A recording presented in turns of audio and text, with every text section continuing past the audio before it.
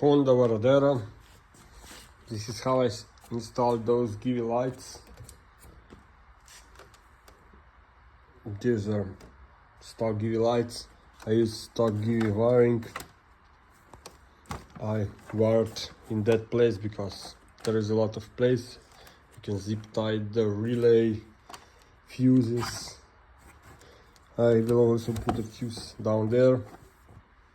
The controls for the lights will be here. So I also wired the charger for the phone. So basically plus 12 volts. I use the minus cable from the ACC for the ignition. I wired it on the lights. It's this 10 amp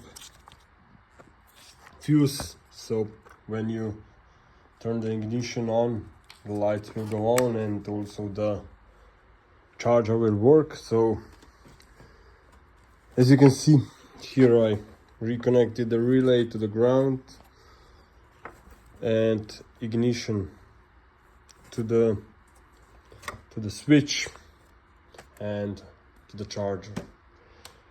I will wire it up, zip tied it, and that's it.